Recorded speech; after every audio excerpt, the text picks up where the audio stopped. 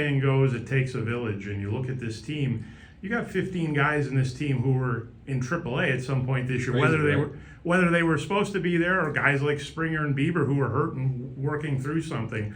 What does it say about this game being, as much an organizational triumph for all the things you had to go through the last 6 months? It says that we're aligned from top to bottom, really, right? Like, asking Casey Candell to do things with guys in AAA that I would ask them here, and him doing it.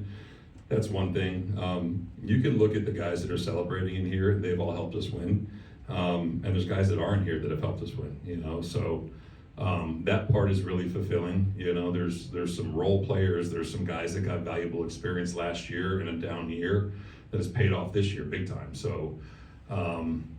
You never know where the game's going to take you. You never know when you're going to acquire Shane Bieber. You never know when you're going to acquire Max Scherzer. You never know when George is going to hit 32 homers in the regular season. You never know when Vlad is going to earn $500 million.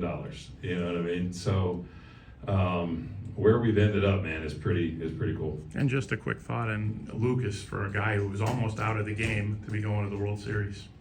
Thrilled for him. Thrilled for everyone, right? But I mean, Nate's a guy who was contemplating retirement, 30-year-old dude, he's got 2 kids, he's rode the bus for his whole life, and he's hitting second for the Toronto Blue Jays in front of Vlad and behind George. Couldn't be happier for him. Couldn't be happier for Ernie Clement. Couldn't be happier for Miles Straw, who was in AAA last year. Tyler Heineman, that's been on 14 teams in the last 3 years. And guys that were in our bullpen that weren't here last year or in AAA somewhere else last year. So I think it just shows that it takes an entire team effort to get to where you want to get to. A few last ones up from your left hand.